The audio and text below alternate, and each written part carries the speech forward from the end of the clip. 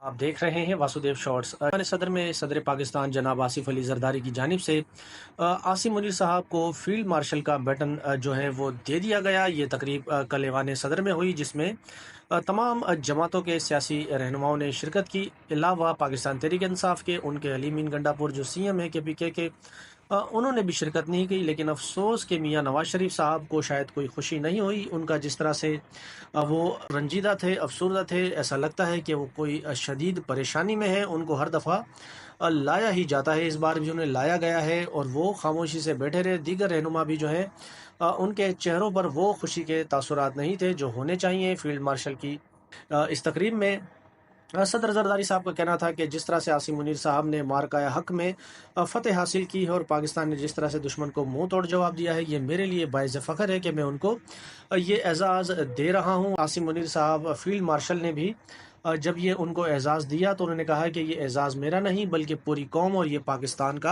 اعزاز ہے۔